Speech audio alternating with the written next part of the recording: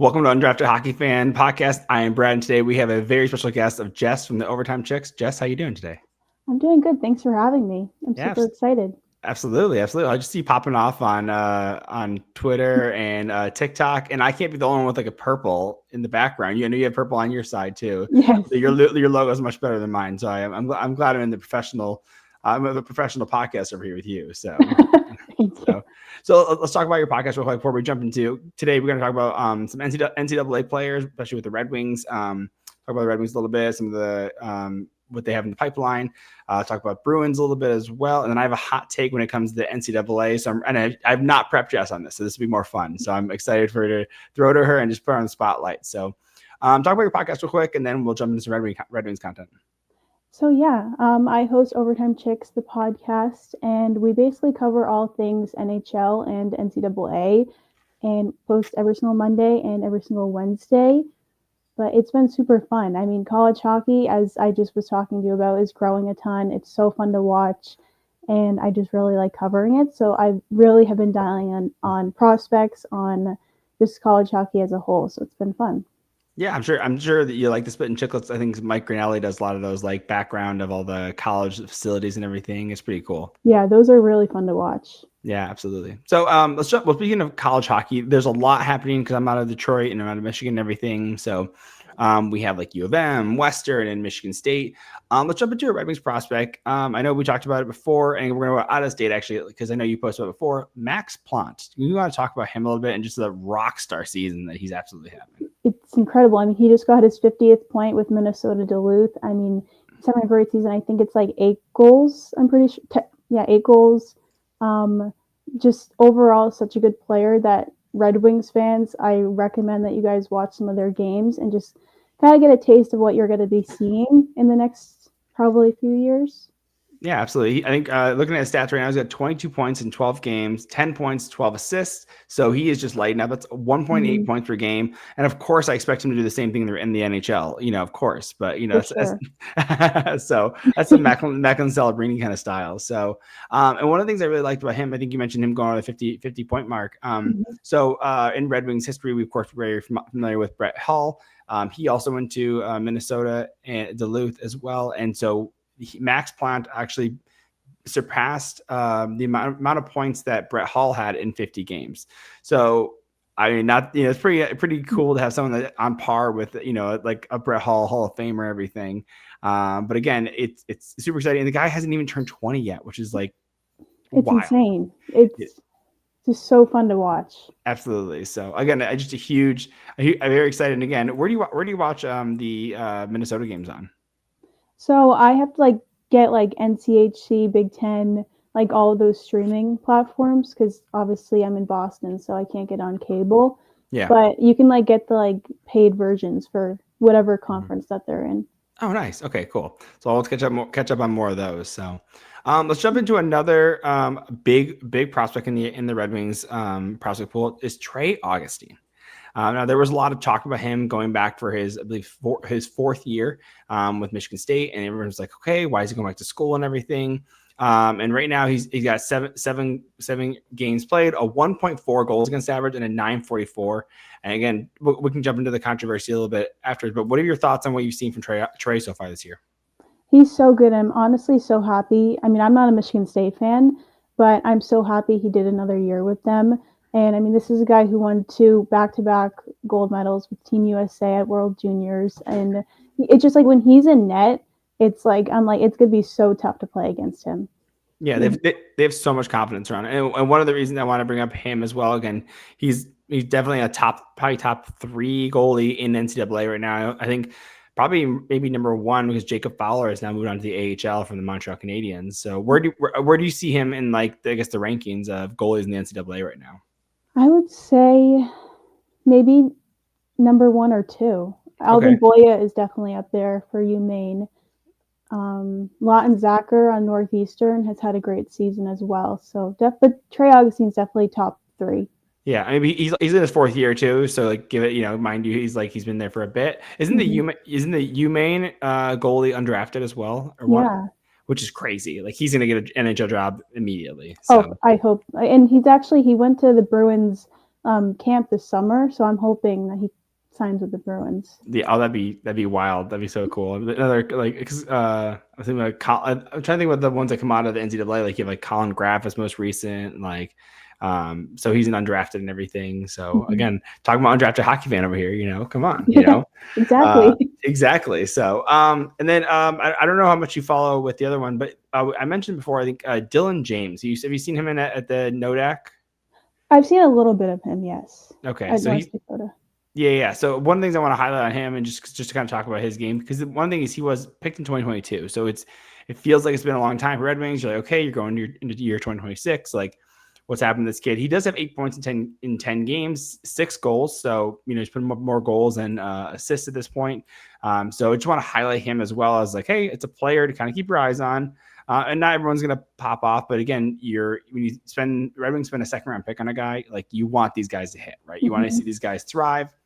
And again, Red Wings have, arguably easy top 10, probably a top 5, prospect pool because of how many they have and everything. I know one thing they definitely miss is they don't really have a star in this case, but like, I know as Bruins fans, you guys have James Hagan. So it was an absolute war chest. He's going to be so good. I think he's having a little bit of a slow start right now.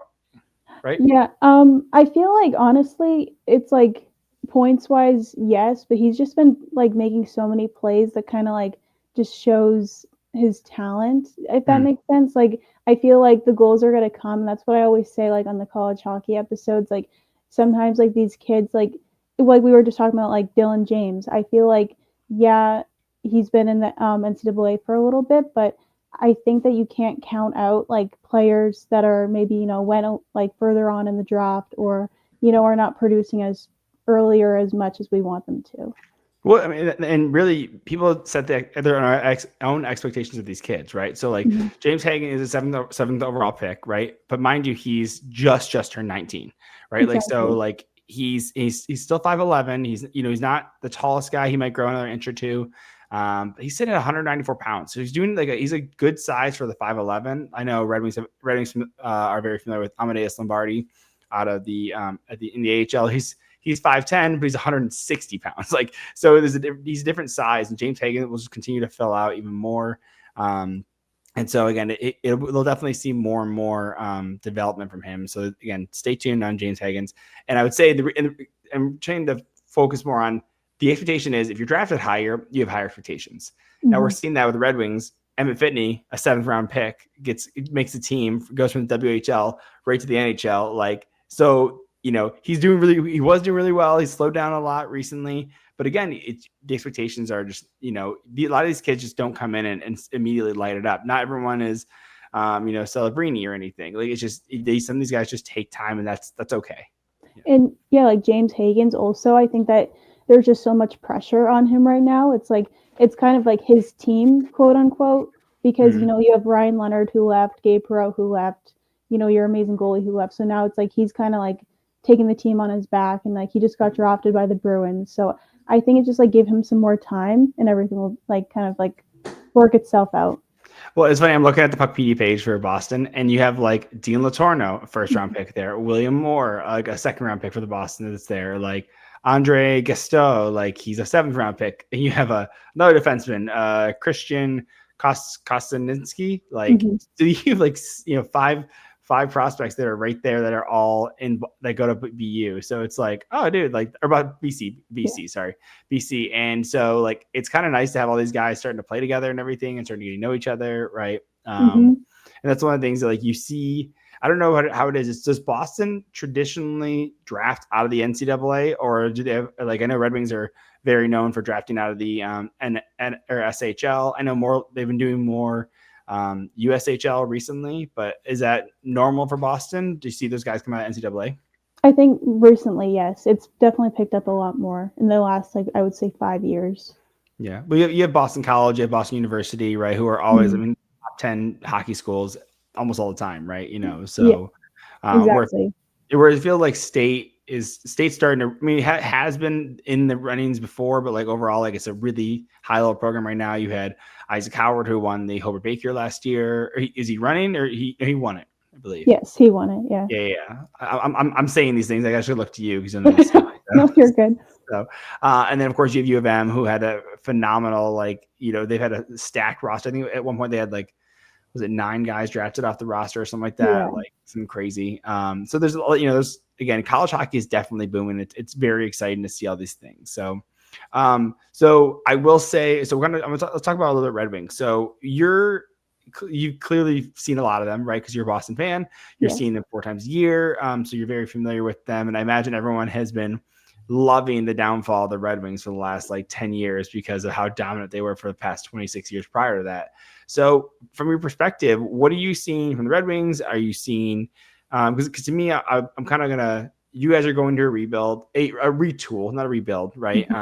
You guys are starting to see, you guys are doing a little bit. You guys still have pieces that are good, right? You have the Pasternaks, you have the McAvoy, you have the Swayman. Where Red Wings didn't have those when Eisman took over. You had Dylan Larkin, who was still like 22 at the time. Yeah. So you have like a couple more pieces, so you're able to do this little more retool on the fly, as they say it, right? Red Wings did the full teardown. What are you seeing? I'll start Red Wings. So what are we seeing from the Red Wings perspective of how they're playing, the progression, and over the last couple of years? See, I think that they progressed very well within the last few years. And I even two seasons ago, I think it was, correct me if I'm wrong, they were like so close to making the playoffs. And I'm pretty sure it's like they were in a game, and if they won that game, they would have made it. But they had like another team had to lose. So they were getting all excited. And it was upsetting for you guys, probably, because it's like the other team ended up winning. So they were cut out of the wild card spot. But I truly think that they are going to make the playoffs this season. And I could be delusional. I could be like so off. No, bring it.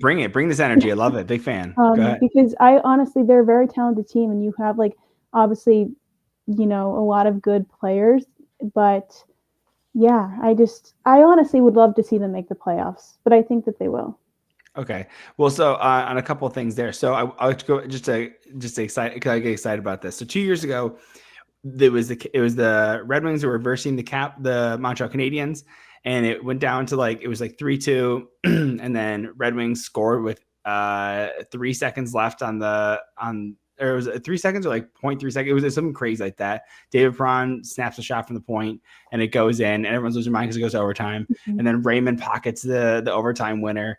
But the issue was the Capitals versus the Flyers, and it went to overtime. And so John Tortorella in overtime pulls the goalie to get a 4-on-3 to try and like, big brain it, because if Flyers had won, they would have had enough points to push the Capitals down, or they would have been tied, but they had the same number of regular season wins, and that would have like overtake that, because they have more regulation wins. The Capitals would not have made the playoffs that year. So, but the problem is when you pull your goalie in overtime, and you lose, you actually lose the loser point. So you actually don't get the extra loser point. So because they had to win this game to be able to beat the Washington. So if Tortorella had not pulled their goalie and just like wrote it out to like, even because it would have been a regulation win, it would have ended up being that the Red Wings would have made the playoffs, because they were tied with Washington.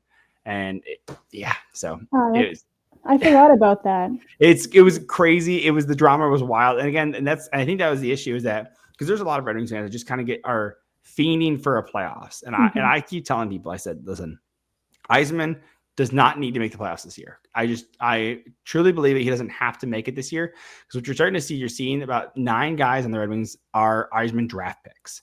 So that's where you're starting to see that these guys are like, hey, this is really a team that he's talked about, building through the draft. It's something he always preached about in Tampa as well. Mind you, he already had Hedman and Stamkos, right? So like, you already had some lottery luck there. You draft Vasilevsky, like a generational goalie and everything. So the big thing is he talked about doing the draft, and a lot of like the big contracts are falling off this year.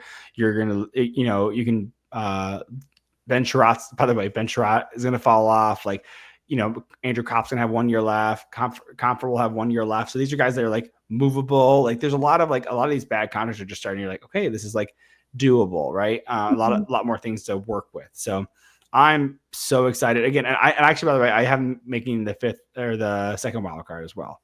Yeah. I just think that I had it as Toronto, Tampa, Sens, Florida, Wings. I like that. Again, Toronto's really screw it. Really fucked me up there, dude. It is, bless you.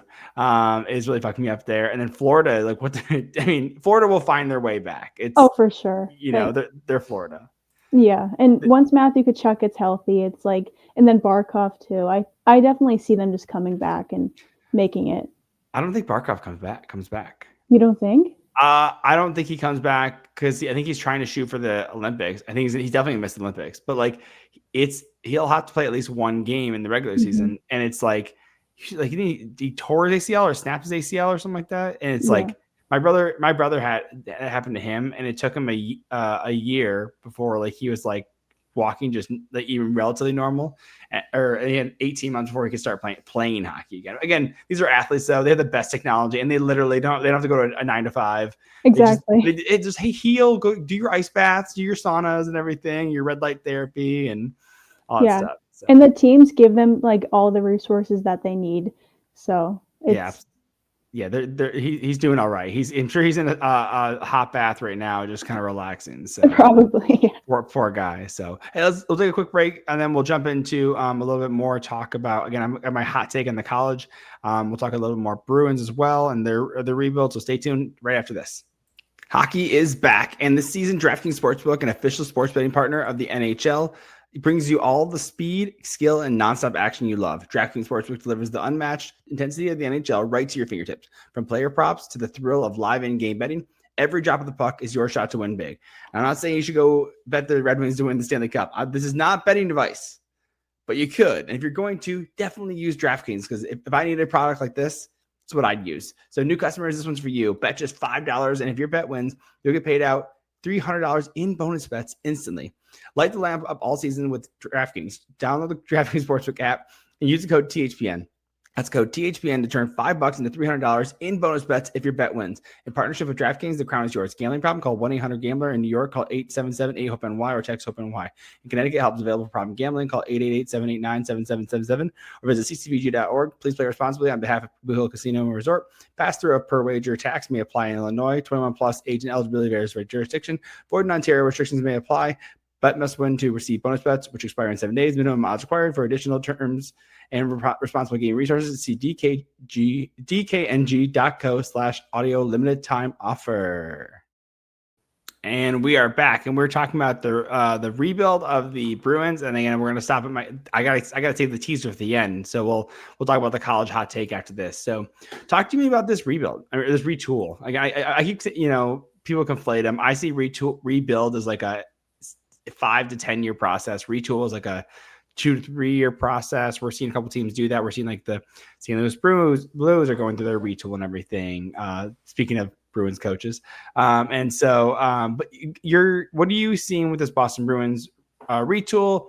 I mean, what are your thoughts on it so far? Clearly you have some generational guys like Pastrnak, scoring his 400th goal. Like, you don't want to trade something like that. A McAvoy, you don't want to trade something like that. Like, just locked up Swayman for 8 years, right? Mm-hmm. Don't want to do that either. So what is your timeline and your expectations for the Bruins over the next couple of years? Okay, so first off, I mean, they're doing way better this season than I thought that they were going to do. Everyone, yeah. I think everyone will shit in the bed, and the Bruins are capitalizing on it. Exactly. You can swear on the podcast. We're past the 5-minute mark, so YouTube doesn't care about it anymore. So yeah, I mean, I'm honestly shocked as a Bruins fan. I'm obviously I love to see it, but I went into the season with no expectations after what we saw last year. But I mean, I just feel like with the Bruins, again, like you said, it's definitely a retool. But they have like a lot of talented players, and I really love the additions that we got during this offseason. And I think that, like after losing Marchand, that obviously took a hit to the team, it took a hit to the fans. Like the Garden was quieter, but now going into the season, I think that, you kind of put last season behind you, and Zadorov specifically, I think he stepped up a ton. Yeah. And at the beginning of last year, I was honestly kind of getting sick of all like the penalties, like taking penalties here and there. It's okay when needed, but he was just like taking them. Like, it's like, you shouldn't have done that. But now it's like he's really stepped up and like shown that he's, like a leader on this team. And, I love the physicality that this team brings this season. And it's like they're not afraid to stick up for each other. Jeannot has impressed me too, which I was kind of hesitant with him after like we signed him. because it was a long contract too. Five years at $3.4 million. He's got 7 points in 18 games, playing a third line role, but like Jeannot was like a highly touted guy out of the Predators, and Tampa Bay traded a whole freaking draft class for him basically, and then and then it didn't work out in Tampa, didn't work out in LA. Like so I understand your hesitancy when you're signing in 5 years at over $18 million or $17 million. That's a lot of money for a guy over 5 years. Exactly, but also like Kuzadinov, I love this kid. I feel like it just like they all kind of gel so well together. Even like Fraser Mitten, who came from Toronto, I think he's impressed me a ton as well. So I have really high hopes for this team, especially with like Hagen's coming up potentially next year.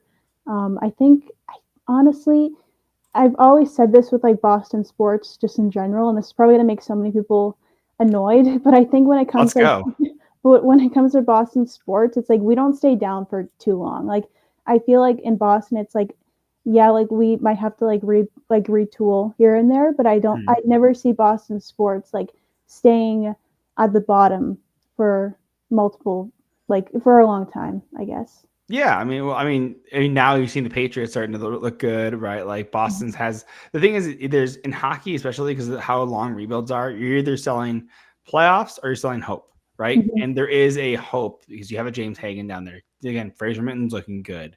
Like you pick up like Kuzadinov looks good. There's some of those guys that are looking really good.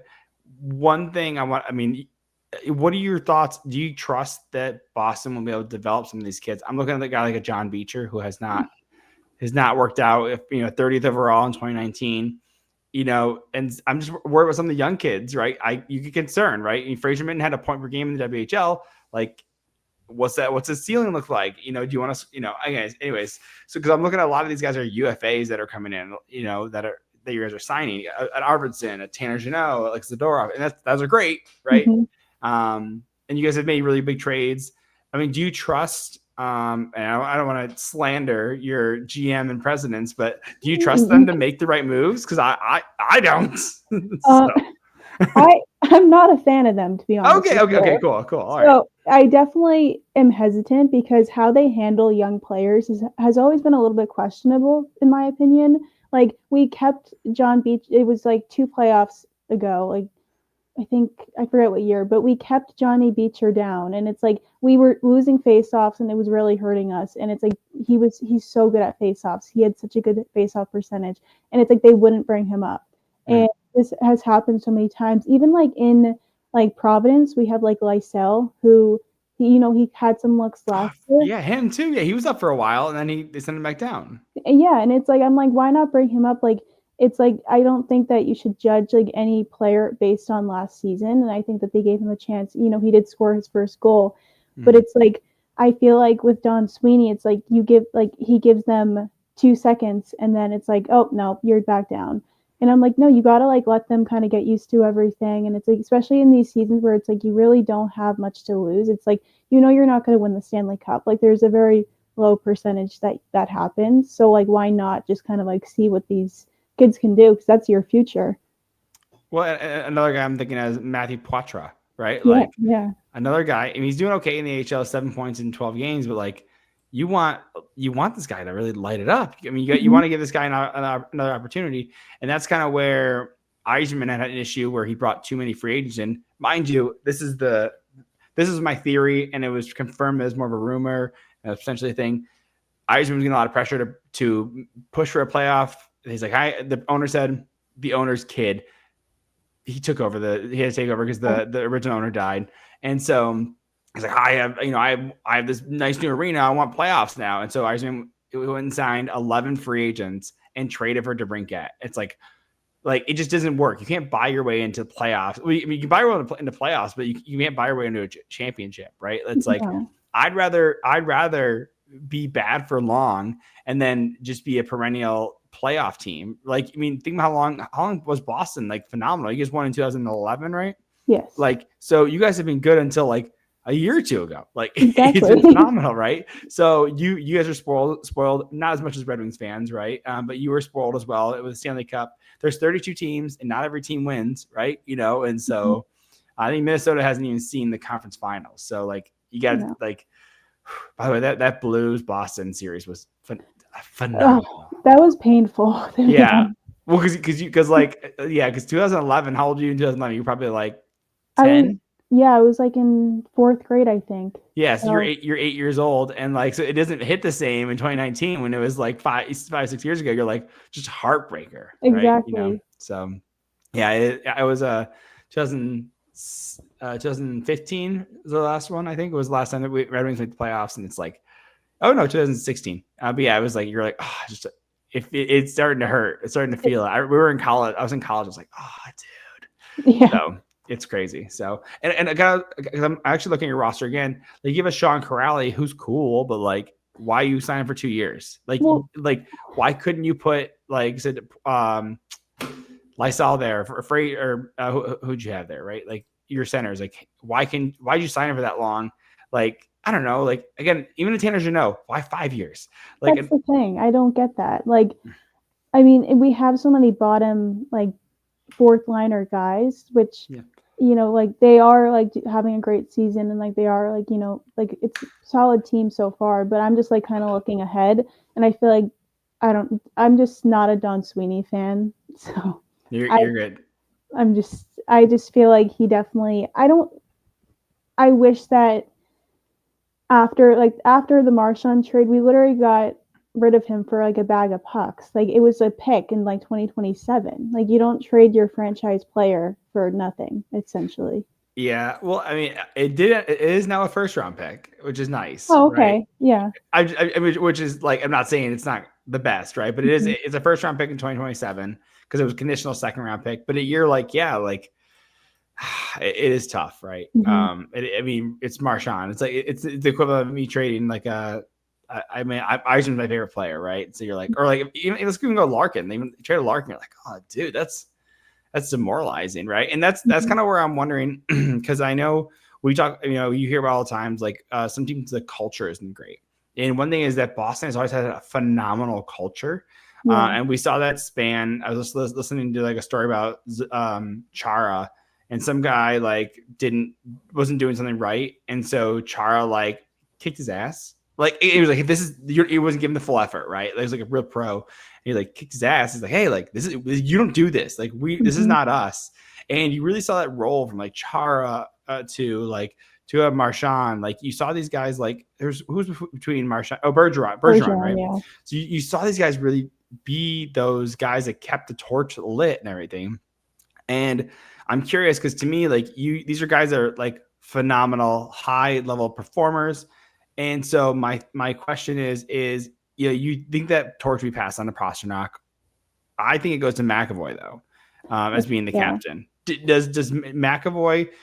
Do you think McAvoy is capable of keeping up that same culture? Because I see he's a great point producer, no goals, but like great point producer. Does he have that same grit and grind of mentality of like getting dirty like that, like those guys did?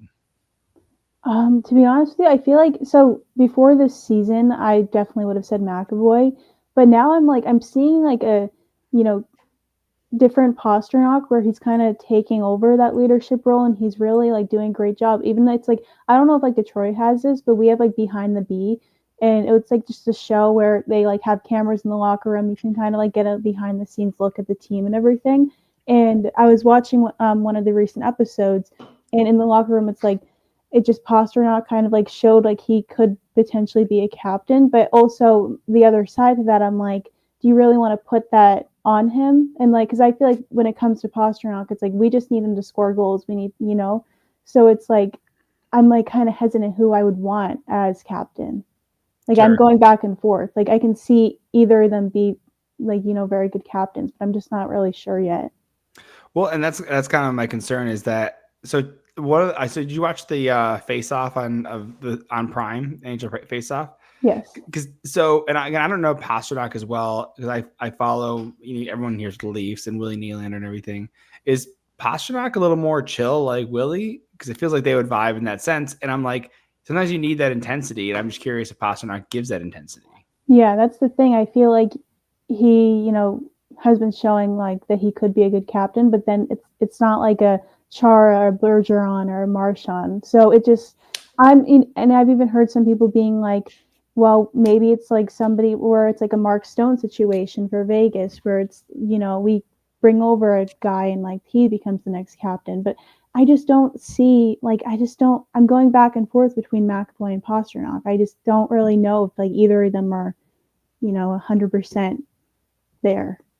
Well, and I think I think what will happen. I think it will be McAvoy. I think he gives a little bit more loud leadership. And what's one of the things I have an issue with Dylan Larkin is he is a quiet leader, and he'll show up on the ice and he does really well on the ice. But sometimes I just need someone that can shake the freaking room, like Exactly. really like I like a loud get fire up the boys kind of like I like that. I just think it's like so beneficial because you just need guys that can really command the room. And it's not just to shake them, right? And Marchand really did that. Like he'd fire the guys up and he'd say whatever he needs to. But like you need to have a voice, right? Because you're a leader in that case. And so I think I'll be honest, I have a bias when it comes to some European captains who Pasternak speaks just fine. But sometimes the message kind of doesn't hit as well if the English isn't as clear. I think that's why you see a lot of like Canadian or you see a lot of American-born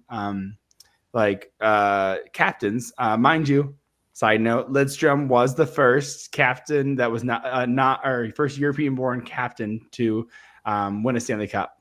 So just want to say that. So it is possible. It is possible. So I think that's one of those things where you're like, okay, who's going to be that guy, through and through. And the thing is, McAvoy is also he'll be turning 28 soon. Like Pasternak's turning 30, right? Like, so do you want to have a captain for I guess 4 or 5, 6 years isn't bad for Pasternak. I don't think he's not leaving the Bruins or anything, right? So yeah. So I guess go ahead. Sorry. You're good. I agree though, because I feel like you have to kind of like have a longer term captain at this point. Mm-hmm. There was just a lot of like turnover with Bergeron and Marchand, but I also really like Marco Sturm as our head coach now. I feel like I did really like Jim Montgomery, but I think that especially this Bruins team, like they needed a coach to come in who was like just said it how it was and wasn't afraid to like yell at the guys when they're not playing good and kind of like really just know how to like coach this kind of team. I think that Jim Montgomery kind of was a little bit too soft at times, and it's like he's a great coach. Don't get me wrong, but I think it also like he wasn't a good fit for the team towards the end. So that's one of those things. So Red Wings are very familiar with this too. So we had Jeff Blashill through a lot of the rebuild era, and he was a little bit tougher, which is fine. It was a tough team, and now he's part of the Chicago Blackhawks, working with Connor Bedard. Like he works well with young players. He did a great job developing Seider and Raymond, so we're very thankful. And then you had Derek Lalonde, another soft-spoken person, or a harder coach to a softer coach. Like, oh, maybe this is the changes senior that you need with a guy like him. And and now we've seen with Todd McClellan, who's really commanded the room. He's a tough coach. I mean, in the first week he goes, play effing hockey, right? So he's really starting to say, hey, like really trying to command the room. And so I believe in the John Cooper method. John Cooper talks about this too. He said, basically, I think it was on a podcast I heard, John Cooper would go in there, tear the guy's a new asshole, and then Derek Lalonde will come in and like, hey, hey guys, okay, so we're, they kind of pump them up, reinflate them, right, and give them that kind of good guy feeling. Like it's hard being the head coach and being a good guy. Like, hey, I'm your buddy, I'm your And Montgomery, it seems like a real players coach, and that's great. Like, but at some point, it's not about just being a good guy. You need results, and I think that's what we're seeing with like Todd McClellan. You're seeing like, hey, we need results, and I mean, we're seeing some guys that are getting benched. I don't know if you saw the comments from McClellan. He said, we really wanted to bring Nate Danielson up, who's our 9th overall pick in 2023, and 2023. And so he's our 9th overall pick. And he's like, we really want to bring Nate up here, see what it does so we can make some decisions on other players. And everyone's like, what do you mean make some decisions on other players? Like, you mean trades? Like, like who's getting scratched? Who's getting waived? I mean, and Red Wings aren't afraid of it. They waived Justin Hall and Eric Gustafsson, who are both still sitting in the minors. Like we're looking at, almost 20 games into the season, they're still in the minors. Like, and so this just, you're just like, hey, we're not afraid to make big moves like that. Cause that was like a big deal. Those are two guys who are making collectively between them like $5.4 million. Like it's a lot of money just be sitting in the minors for guys, and so it just really, I like the idea of shaking the roster up. Like Me I just too. think it's just so much fun. I think you guys are on the right track and everything. I actually like, I mean, there's a couple things. I like the Henry Yokiharu trade. I thought it was like a good sneaky trade. Swayman's clearly phenomenal. He's got that great mindset and everything. I think there's a lot of good stuff happening. So what's your timeline on them for to make the playoffs for the first time? I'm gonna go next season. Wow. Next season. Okay. I mean, it's so early on, so I don't want to get my hopes up. No. Put internet's always right. You can just put whatever out there, and no one will hold you to it. It's okay. Exactly. Put this. Yeah, but no, I mean, with the pace that the team's going as of now, like in November, I'm really liking what I'm seeing, and especially like James Hagen's. I think that obviously like Bruins fans, if he doesn't produce as early as possible, then that's fine. Like I said early on in this podcast, you have to give them some time. But I think with him being a good addition, and if we bring up Lysell, if we kind of like get these younger guys some chances, I can really see it like at least next season, if not the season after that. Okay, I like that. That's good. I like your confidence. Yeah, it honestly might just be because I'm being biased because I'm a Bruins fan, but hey, good. You're good. I said I would say it's not again being a Red Wings fan. So I was told by Ken Holland that rebuilds take 8 to 10 years, and I've always fully believed that 8 to 10 years. So if you look at, Red Wings missed the playoffs in 2016, so let's say the rebuild starts in 2016 that fall, right? We're getting around that 10-year mark, but mind you, like the team was not there's nothing in the cupboards when Yzerman got here in 2019. So to me, the real rebuild started in 2019 when Yzerman said, hey, we're going to stop trying to throw draft picks out. Like the only thing that Yzerman or Holland had left, Yzerman was a first round pick in Larkin, which is a great pick, right? But the last of all the first round picks that Holland had from Larkin to which was 2015 or 2014,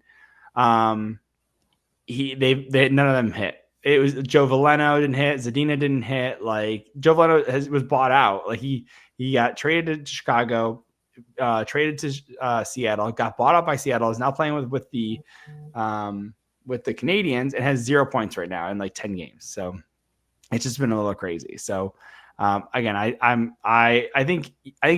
I believe you're incorrect on next year. I think the following year, I definitely see it. But again, you don't want to waste guys like Pasternak and Swayman. So I could see them trying to make a big move or something like that to try and speed up this rebuild.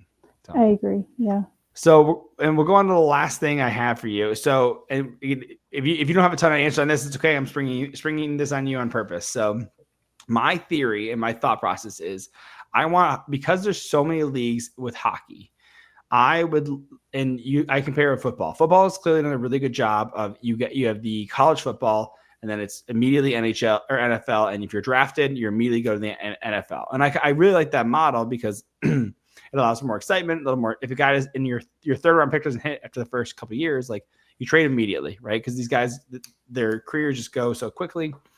And I would like to see the draft age be raised to 20, from 18 to 20. I like that. And this allows for NCAA to grow.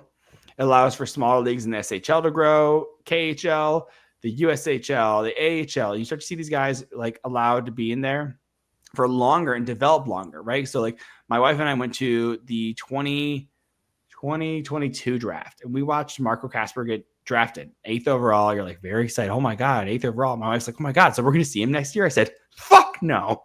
Like we're not going to see him for like 3 years. And he didn't even make he made the team last year but he didn't make it at the start of the year. He came in like 10 games in. So these guys take so long. Again, it's rare to see a Celebrini. It's rare to see these guys make it right off the roster, right? Yeah. We're talking about Emma Finney being like a crazy, it would be great to allow more development of these guys in the lower leagues and actually build up the game, kind of like make these other leagues stronger because, okay, think about this. You put some back pressure. Now the ECHL is even more competitive, right? and just like NCAA gets more exciting, right? Now schools are willing to put more money into it, right? NIL, some of these kids are going to start, hey, maybe I'll stay in college a little longer because I'm gonna sign for $900,000 in the NHL, or $950,000 in the NHL, but fucking Boston's paying me $1 million. Like, like why would I settle there? Why don't I just keep riding it out? And then now these kids, and I also believe these kids are allowed to get an education now.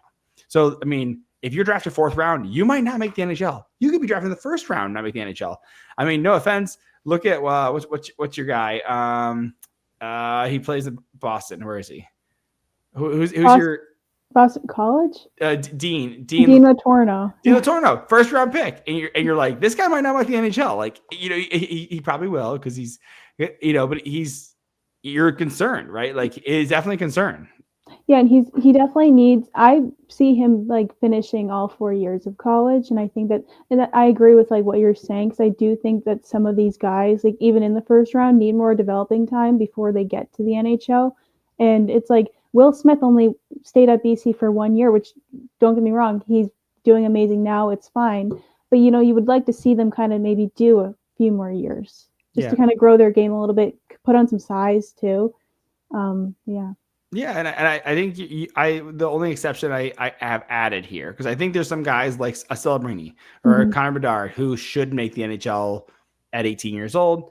I think so. That's kind of where I'm trying to find this caveat of like, okay, hey, like these, if you put a little bit back pressure, the leagues get better, the NCAA gets better.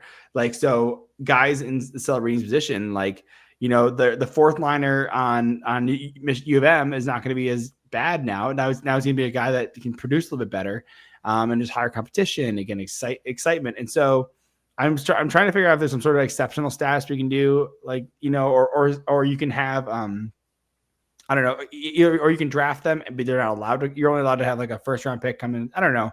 I'm trying to figure out what that looks like. Because I just think it'd be more exciting to have these guys more NHL ready, and they're just like ready to go, and they're prepared for the hard games, because a lot of these guys get just brutalized, right? And again, I think that would also, because of NIL, again, talking about like entry level contracts being $950, again, assuming like U of M, they pay $1 million, like, oh, you might see entry level contracts get more expensive, which is good for the young players who kind of get screwed on these entry level deals because they're not making the amount of, I mean, Celebrini should be making, $10 million right now. Like, he's phenomenal. Like, and so I just want to see more of these guys thrive. So again, I talked a ton there, but do you have anything else you want to add on that topic? No, I completely agree, because I definitely agree with you. Want to see them, come in and like just thrive. Even like, I also think it's so young. Like some of these kids who are like like look at Macklin Celebrini. Like, yes, like I should be in the NHL right now and should, like that's fine. But it's like they're so young entering now.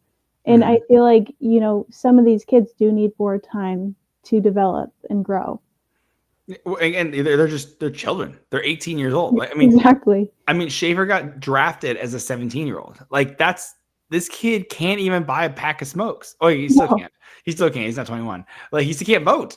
Exactly. It was weird when the Islanders celebrated him turning 18. I'm like, you guys this is a lot, guys. Come on, what's happening? Yeah. But it is. I mean, he's lighting up. He's doing a great job. All right, I think that's all I have. Actually, I'm just looking at your guys' one more. I want to add. I forgot to talk about this when we were talking about Bruins prospects. William Zellers, you watching him at all? Yes, he's been doing so good. I thought that was a steal in that trade. I thought you guys did so well. I can't believe you guys got William Zellers. I thought that was like, I can't believe how well you guys did on that. I agree, and those are like, that's what the, like, problem, I guess, with Don Sweeney is because he does like a lot of bad things, but then there's stuff like that where it's like, wait, that was pretty good. So. Yeah. I mean, because you guys got a center back, right? You moved off Charlie Coyle, who did not work out with the Colorado Avalanche, who ended up getting traded almost immediately to the Columbus Blue Jackets like the following year. And then you got Casey Milstead, who's serviceable, does fine. A 2nd round pick and a great prospect. I mean, that was just phenomenal. So I thought you guys, it was a clean bit of business for you guys. I forget what, I'm looking at the USHL, 71 points in 52 games. I mean, even at prep school at Shattuck St. Mary's, which is where Connor Crosby went to. Mhm. 111 points in 54 games. Hit over a goal a game at that place, dude. It's crazy. I That's just want to. insane. I know. I'm so excited. Again, it's one of those guys. You're like, man, I hope he hits. Like it's same. It's the Emmett Finneys. It's the Amadeus Lombardis of the Red Wings. He's like, they're like, these guys just produce like crazy. I hope they hit. Mhm. And so we'll see. Again, it's gonna be it'll be fun. So, but I appreciate it. Do you have any questions for me? You want to throw towards me or? No, but thank you so much for having me on. It was fun. Absolutely. Yeah. I'm glad you enjoyed it and everything. Hopefully we'll have you guys on again and appreciate you coming on and I'll catch up with you soon. Thank you. Bye. Thanks. Bye.